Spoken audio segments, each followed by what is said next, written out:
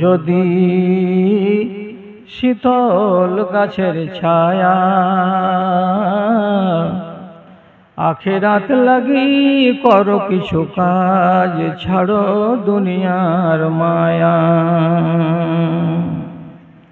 প্রভুর শরণে ক্ষয় করে দাও তোমার দেহ আর মন, পথিকের বেশে হয়েছে তোমার এ ধরায় আগমন।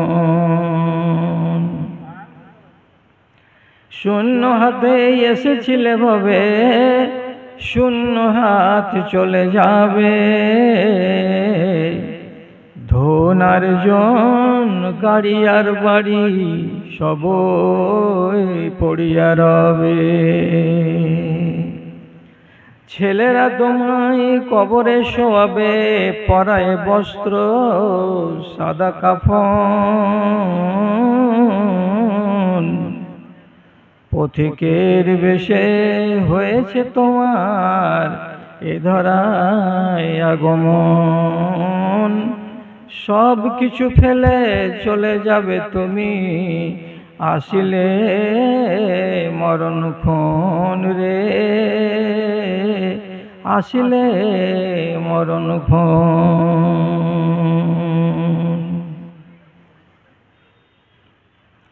শ্রদ্ধেয় সভাপতি সাহেব, সমবেত দিন দরদি, জ্ঞান পিপাসু, বিভিন্ন শ্রেণীর ছোট বড়, ধনী ও গরিব, শিক্ষিত ও অশিক্ষিত সকল শ্রেণীর আমার প্রাণের ভাই ও বন্ধুগণ, আচ্ছা মজলিস থেকে এক পার্শ্বে আড়ালে স্ক্রিনের সামনে বসে থাকা আমার আদরের মাতা ও ভগ্নীগণ, আল্লাহ রাব্বুল আলামিনের শুকরগুজারি করছি এবং তার হামদ ও সানা গাইছি যে রব্বুল আলামিন আমার এই লম্বা 46 বছরের বক্তৃতার জীবনে আপনাদের এই গ্রামে মরার কালে আসার সুযোগ করে দিয়েছেন। এর জন্য আমি আল্লাহ তাআলার কাছে 10 বার করে 20 বার করে কৃতজ্ঞতা জ্ঞাপন করেছি এবং করছি। তারপর কথা হলো এই যে আমি আপনাদের সামনে যে কথাগুলো বলবো, সে কথাগুলোর প্রতি আপনি একটু সুনজর দিন। আমার গলার দিকে, আমার আওয়াজের দিকে, এদিকে 2 নম্বরে খেয়াল করেন। প্রথম কথাটা হচ্ছে যে আমি যেটা বলছি সে কথাটা কতদূর ঠিক বলছি বা এটা আপনি গ্রহণ করতে পারছেন কিনা সেদিকে নজর রাখেন। প্রথমেই বলি, আমার মিতবাপ মাওলানা মোহাম্মদ হোসেন সালাফি সাহেব, আমি যখন এইখানে আসি তখন উনি আমাকে ইশারা করেছেন যে এখানে এসে আপনাকে কমপক্ষে 2টো বিষয়ের উপরে কিছু কথা বলতে হবে। 1 নম্বর বিষয় হলো বিবাহ, আর 2 নম্বর ওর সাথে যুক্ত হয়ে রয়েছে পর্দা। তো দুটোই বড় জটিল বিষয় এবং বড় নাজুক বিষয়। বর্তমান জামানাতে বিশেষ করে মুসলমানদের জন্য এই দুটো বড় নাজুক। তো যাই হোক, এইবার কথার দিকে খেয়াল করেন। আল্লাহ রাব্বুল আলামিন কোরআন মাজিদের ভেতরে বলেছেন প্রথমে, ইন্নী জাইলুন ফিল আরজি খলিফা, আমি এই দুনিয়াকে আবাদ করার জন্য একটা খলিফা বানাবো। আপনি যদি খলিফা বলতে চান, সোজা সোজা তর্জমা বলি, এই দুনিয়ার অধিপতি, ওকে প্রধানমন্ত্রী, ওকে রাষ্ট্রপতি, আর কিছু যাই বলবেন, আমি তাকে বানাবো। এবার গোড়াতে আল্লাহ তাআলা বললেন যে আমি দুনিয়াতে একজন খলিফা বানাবো। তারপরে ফেরেশতাদের সঙ্গে মত বিনিময় হলো, আলাপ আলোচনা হলো, ফেরেশতাদেরকে দিয়ে সেজদা দেওয়ানো হলো, তারপরে আদমকে জান্নাত দেওয়া হলো, তারপরে আদমের বাম পাশের বাঁকা 23 নম্বর হাড় থেকে তার স্ত্রী হাওয়াকে তৈরি করা হলো। তারপরে জান্নাতের ভেতরেই আদম এবং হাওয়ার দুজনের নাফরমানি করার কারণে তাদেরকে জান্নাত থেকে তাড়িয়ে দেওয়া হলো। অনেক ভাই রাগের সময়তে বলেন, এবং নবী মুসাও বলেছেন রাগ করে, যে আপনি যদি এরকম করে ফল না খেতেন, আপনারা স্বামী স্ত্রী, তো আল্লাহ তাআলা আপনাদেরকে গেট আউট করতো না, আর আমরাও জান্নাত থেকে নিচে আসতাম না, ওইখানেই ফাট করে বেড়াইতাম। তো আদম জবাব দিয়ে বলেছিলেন, এই যেই কথাটাকে রব্বুল আলামিন আমাকে জন্ম দেয়ার 50,000 বছর আগে লিখে দিয়েছেন যে আমি দুনিয়াতে প্রতিনিধি পাঠাবো, তো মাঝখানে যে ঘটনাগুলো ঘটলো এটা আল্লাহর কলমে লেখা আছে, এটুকু হতে হবে, আর এটুকু হওয়ার পরে আমাকে দুনিয়াতে পাঠানো হবে। তুমি বুঝতে পারো না? তাহলে মধ্যেকার ঘটনাগুলোর পিছনে কারণ আছে, ওইগুলো বলার আমার কাছে সময় নাই। আমি শুধু আসছি বিবাহের গোড়াতে। গোড়াটা কি বিবাহের, কেন দরকার পড়লো? তো কারণটা হলো এই, খেয়াল করেন কথার দিকে, এই কথাগুলোকে হেফাজত করবেন, বাড়ি গিয়ে তো কাজ দিবে ইনশাআল্লাহ। আল্লাহ রাব্বুল আলামিন মানুষ তৈরি করেছেন 4 নিয়মে। কয় নিয়মে বললাম? 4 নিয়মে। কেমন করে 4 নিয়মে? আদমকে তৈরি করেছেন কোনো পুরুষ থাকা, একটু কাছে করে দিতে ঘেউ ঘেউ করছে। আদমকে তৈরি করেছেন বিনা মেয়ে ছেলেতে, বিনা বেটা ছেলেতে। ওকে তৈরি করতে গিয়ে আল্লাহ তাআলাকে পুরুষের আর নারীর দরকার পড়েনি, কাদামাটি সেনে দিয়ে তৈরি করে দিলেন। এক নিয়ম হয়ে গেল। দ্বিতীয়, হাওয়াকে আল্লাহ রাব্বুল আলামিন তৈরি করেছিলেন তার বাম পাশের পাঁজরের বাঁকা হাড় থেকে। আল্লাহ বললেন হয়ে যাও, হয়ে গেল। তাহলে দ্বিতীয় রকমের সিস্টেম হয়ে গেল। 3 নম্বরের সিস্টেম, আল্লাহ রাব্বুল আলামিন একটা মানুষ তৈরি করেছেন দুনিয়াতে। সেই মানুষটাকে তৈরি করার পেছনে একটা মেয়ে ছেলের দরকার পড়েছে, কিন্তু বেটা ছেলের দরকার পড়েনি। একটা মেয়ে ছেলে থেকেই আল্লাহ তাআলা একটা মানুষকে পয়দা করে দিয়েছেন, সেটা হচ্ছে কি হযরতে ঈসা আলাইহিস সালাম। তাহলে 3 সিস্টেম হলো। 4 সিস্টেমটা কি? 4 নম্বরটা কি? কথার দিকে খেয়াল করেন। এইবার আল্লাহ তাআলা বলছেন আদমকে, এই তোমাকে দুনিয়ার খলিফা বানাবো, তুমি হবে রাজা আর তোমার স্ত্রী হবে রানী। তোমাদের সামনে যদি প্রজা না থাকে, তোমাদের সামনে যদি রেআয়া না থাকে, তাহলে দুনিয়াতে কেমন তুমি রাজা হবে আর কেমন তোমার বাড়িওয়ালি রানী হবে? এটা তো একেবারে ফিকা কথা। তাহলে প্রজা লাগবে। আল্লাহ তাআলা বলছেন, আর মাটি সেনে মানুষ তৈরি আমি করব না, আর অপারেশন করে আমি মানুষ তৈরি করব না। ও আদম, এইবার তোমার প্রজা তোমাকেই দুনিয়াতে তৈরি করতে হবে। কেমন করে? তো কেমন করে? তো আল্লাহ তাআলা কি করছেন? পুরুষের ভেতরে আল্লাহ তাআলা একটা নেচার ঢুকিয়ে দিলেন, একটা আদত ঢুকিয়ে দিলেন। কি? আমার শরীরে যেগুলো আছে আমি তো রোজ রোজ দেখছি, এমন একটা শরীর আমি দেখতে চাই যে শরীরের ভেতরে আমার মতো জিনিস ছাড়া আর অন্য জিনিস যেন দেখতে পাওয়া যায়। তাহলে আদমের মনের ভেতরে একটা কাইফিয়াত পয়দা হলো, এটাকে বলা হয় জিনসি হেজান। অর্থাৎ একটা বেটা ছেলের মনের ভেতরে চেতনা তৈরি হলো। কি চেতনা?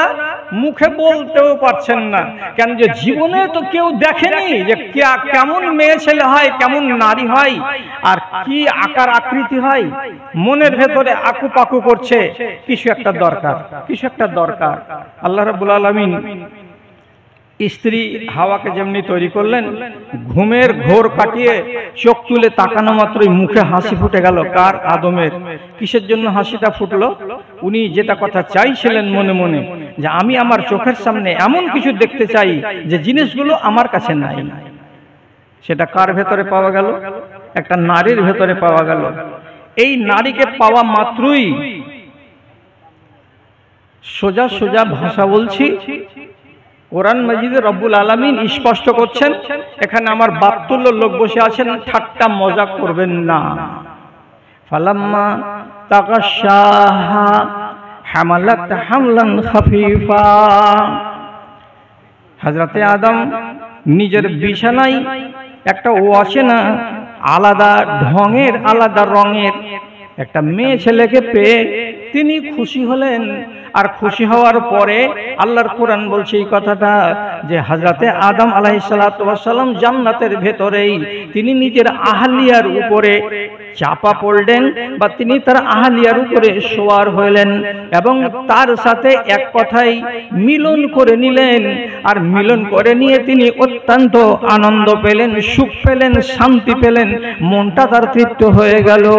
এবং ফলস্বরূপ হাওয়ার পেটের ভেতরে একটা বাচ্চা পয়দা হলো। বাচ্চাটা পয়দা হলো জান্নাতের ঘরে, পেটে এলো। বাচ্চাটা ভূমিষ্ঠ হলো কোনখানে? জান্নাতে না দুনিয়াতে? দুনিয়াতে। কথাটা মনে থাকবে জি। দেবীনগরের লোক হযরতে আদম আলাইহিস সালাতু ওয়াস সালামের স্ত্রীর পেটে বাচ্চা এলো। এলো কোথায়? উপরে, জান্নাতে। আর 10 মাস পরে যে প্রজা এবার তৈরি করার দায়িত্ব কার উপরে? এই দুজনের উপরে, অর্থাৎ আদম আর হাওয়ার উপরে। তুমি প্রজা বানাও, দেশটাকে আবাদ করো। আল্লাহ এমন সিস্টেম বানালেন, প্রত্যেকবার হাওয়ার পেট থেকে জোড়া জোড়া, প্রত্যেকবার জোড়া জোড়া, একটা বেটা একটা বেটি, একটা বেটা একটা বেটি। কয়বার মা হাওয়া বাচ্চা জন্ম দিয়েছেন? সহি সূত্রে না হতে গেলেও একাধিক বর্ণনাতে পাওয়া গেছে যে মা হাওয়া 40 বার বাচ্চা দিয়েছেন, এর মানে 80টা। তার ভিতরে 40টা বেটি আর 40টা বেটা। আর আল্লাহর শরীয়ত তখন কি ছিল? প্রথমবার, যেটা দেশওয়ালি বাংলা বলছি আপনারাকে, আপনারা বিয়ান তো বুঝেন, বিয়ান বিয়ান বুঝেন কিনা? বিয়ান তো প্রথম বিয়ানে, অর্থাৎ প্রথম ওয়ালাদাতে যে বেটিটা পয়দা হলো এর বিয়ে হবে পরের বিয়ানে যে বেটা হয়েছে তার সঙ্গে। আর এই প্রথমবারের বেটাটার এবার বিয়ে হবে কার সঙ্গে? দ্বিতীয় নম্বরে যেটা বেটি পয়দা হয়েছে তার সঙ্গে। এই প্রথম জোড়ার বেটা বেটিতে বিয়ে হবে না, দ্বিতীয় জোড়ার বেটা বেটিতে বিয়ে হবে না, তৃতীয় জোড়ার বেটা বেটিতে বিয়ে হবে না। এই জোড়া থেকে একটা, এই জোড়া থেকে একটা নিয়ে সংসার তৈরি হবে। এইভাবে রব্বুল আলামিন আদমের কুলে আওলাদ দান করলেন। তাহলে 40টা জন্মেই 80টা মানুষ তৈরি করে দিয়ে দিলেন আমাদের মা। তো ওর বেটাটা বসে থাকবে? দুটা যদি শুধু আমেরিকান কুয়াই পুকুরে ছাড়া যায়, দুটা আমেরিকান কুয়াই, 6 মাস পরে দেখবেন 6000 কুয়াই, আমেরিকান কুয়াই আপনার পুকুরে ভর্তি হয়ে আছে। তো ওরাও তো জন্ম দিবে। প্রজা বসতে লাগলো। আল্লাহ রাব্বুল আলামিন এই সিস্টেমটাকে বানালেন জান্নাতে। সেইখানে বিয়ে আর শাদীর কথাটা উল্লেখ নেই, জোড়া বানালেন এই কথাটা উল্লেখ আছে। এবার আমাদের জন্য যেটা সিস্টেম হলো সেটা হলো বিবাহ। বিবাহর মাধ্যমেই এটা হতে হবে। এর মানে একটা হবে নর আর একটা হবে নারী, এই দুজনের সংমিশ্রণে বাচ্চা পয়দা হবে, এর নাম হলো বিবাহ। এটা করতেই হবে। না করলে কোনো মানুষ যদি বলে আমি ঝামেলায় যাব না, আমি বিবাহ না করলে বড় ইমানদার থাকতে পারবো, বড় ইমানদার হওয়া যাবে না, বড় চোট্টা হয়ে মরতে হবে কবরে। যদি বলে যে আমি বিবাহ করব না, ইমানদার হয়ে মরব, পাকা ইমানদার হতে পারলো না, ধাপ্পাবাজ হয়ে কবরে গেল, ওকে বিয়ে করতেই হবে। কেন কেন করতে হবে বিবাহ? নবী করিম সাল্লাল্লাহু আলাইহি সাল্লাম বলছেন, সুন্নাতুল আম্বিয়ায়ে আরবাতুন, আম্বিয়াদের সুন্নাত হলো 4টা। আদম যেটা করেছেন সেটা ইব্রাহিম করেছেন, সেটা নূহ আলাইহিস সালাতু ওয়াস সালাম করেছেন, সেটা মুসা করেছেন, সেটা ঈসা করেছেন, আমার নবী করেছেন। পৃথিবীতে যত নবী এসেছিলেন সবারই সুন্নাত হলো 4টা। কি কি? আত্তা আত্তর, সব নবী আতর ভালোবাসতেন এক। সব নবী মিসওয়াক ভালোবাসতেন, তা হলো 2। সব দুনিয়াতে যত নবী এসেছিলেন সকল নবী বিবাহ করেছেন, এটা হলো 3। আর 4 নম্বরে নবীজি বলছেন আল হায়াও, পৃথিবীতে যত নবী এসেছিলেন সমস্ত নবী ছিলেন হায়াবাজ। প্রত্যেকটা নবীকে আল্লাহ তাআলা হায়া দান করেছিলেন, একটাও কোনো নবীকে রব্বুল আলামিন বেহায়া বানান নাই। সব নবীর সুন্নাত হলো বিবাহ করা। তাহলে নবীর সুন্নাতকে বাদ দিয়ে আপনি যদি বলেন যে আমি বড় আবেদ হব, আবেদ হবেন? হওয়া যাবে না। বিবাহ করতে হবে, করার পরে আপনাকে আবেদ হতে হবে। 3 জন লোক নবীজির স্ত্রীদের কাছে এসে বলছে, আপনার কাছে এলাম। কেন বাবা, কি জন্য এসেছো? যে রাসূলুল্লাহ কি রকম করে ইবাদত করেন তা জানবার জন্য।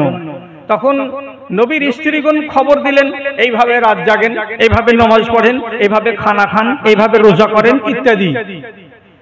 যখন বয়ানটা রাসূলুল্লাহ শুনতে পেল তখন এরা 3 জন একজন আরেকজনের দিকে দেখছে, আর দেখে বলছে কান্নাম তাকাল্লু।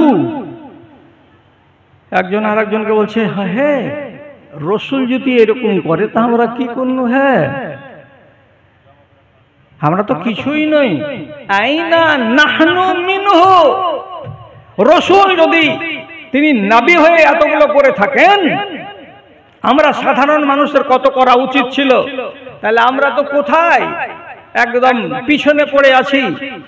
দিয়ে এই 3 জন তখন বলছে, না আগাতে হবে আমাদেরকে ইবাদতে। রাসূলুল্লাহ যদি এরকম হন তো আমরা কেন এরকম হব না?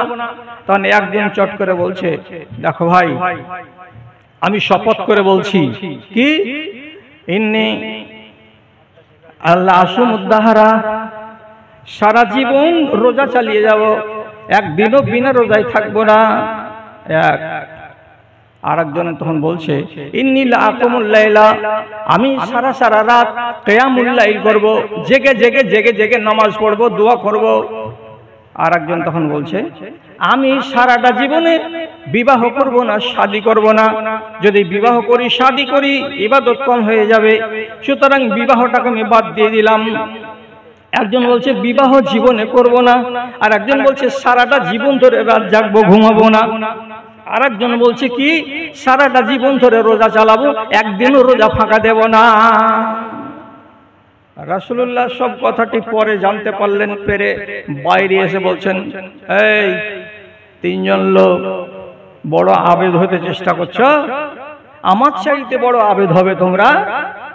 দিয়ে রাসূল বলছেন, ইন্নী লা আখশাকুম ওয়া ইন্নী লা আতকাকুম ইলাল্লাহি, আমার চাইতে বড় আবেদ দুনিয়াতে আর কেউ নেই। আমি যতটা আল্লাহকে ভয় করি অতটা ভয় করা মানুষ আল্লাহর দুনিয়াতে আর কেউ নেই। তবে জানো, ইন্নী আসুমু ওয়া উফতারু, আমি রোজাও রাখি এবং আমি ইফতারও করি, মানে রোজা ছেড়ে দেই। আমি রাতের বেলায় জাগি ওয়া আনামু, এবং রাতের বেলায় শুয়েও যাই, খানিকটা ঘুম দিয়ে দেই। আর তারপরে নবীজি বলছেন, আমি বিবাহ করেছি, আমার সংসার আছে, আমার একটা নয় দুইটা নয় একাধিক বাড়িওয়ালি আছে। তো বাড়িওয়ালিকে রেখেও আমি আল্লাহর নজরে সবচাইতে বড় পরেজগার, এবং সারা জীবন রোজা না চালিয়েও আমি আল্লাহর কাছে বড় পরেজগার। অতএব খবরদার, বিবাহকে বন্ধ করে দিয়ে জীবনে কোনোদিন বড় আবেদ হতে পারবে না। বিবাহ করতে হবে। সব নবীর কথা আল্লাহ তাআলা কোরআনের সূরা রা'দের 44 নম্বর আয়াতে বলছেন, ওয়ালাকাদ আরসালনা রাসূলান মিন ক্বাবলিকা জাআলনা লাহুম আজওয়াজান ওয়া যুররিয়া, হে নবী, আপনার আগে আমি অনেক নবী দুনিয়াতে পাঠিয়েছি, সকল নবীর বাড়িওয়ালি ছিল এবং সকল নবীর বেটা বেটি পয়দা হয়েছিল। বিনা বেটা বেটিতে আর বিনা বিবাহতে, বিনা বাড়িওয়ালিতে একটাও নবী ছিল না। বিবাহ তোমাকে করতে হবে।